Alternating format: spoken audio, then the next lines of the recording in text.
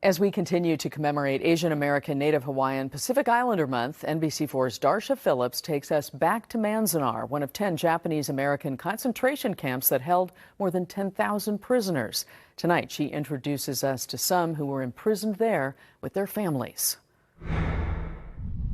If you visit Manzanar today, you will see a replica of the camp that existed during World War II, the first of 10 camps established by the U.S. government.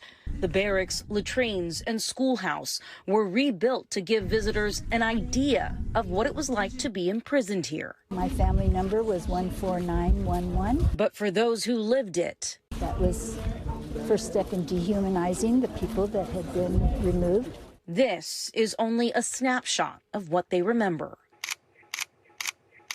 We had one room for everybody, including my parents and my two brothers. Manzanar was surrounded by barbed wire and 8 guard towers, with searchlights staffed by military police armed with guns. I mean, we were perfectly innocent, American citizens, and they incarcerated us, you know.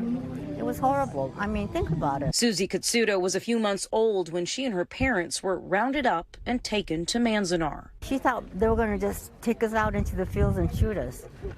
Really, she did. Susie would spend 3 years here, and when her family was finally released, she remembers how their time at Manzanar haunted her parents. They felt ashamed, I guess. I mean, it certainly wasn't their fault. A feeling many who were imprisoned can relate to.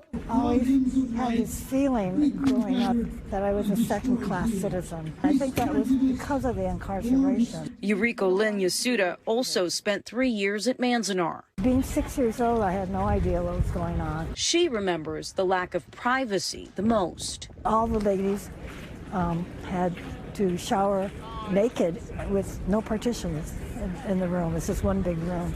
These are memories their parents tried desperately to erase.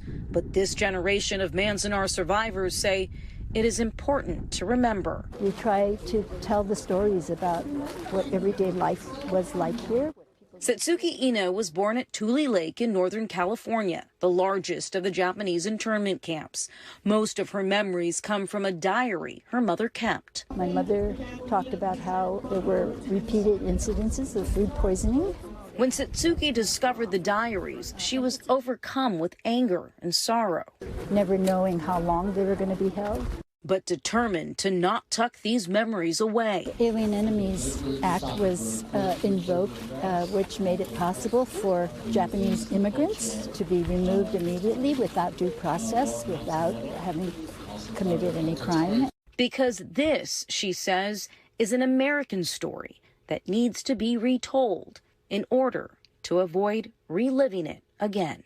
Darsha Philips, NBC4 News.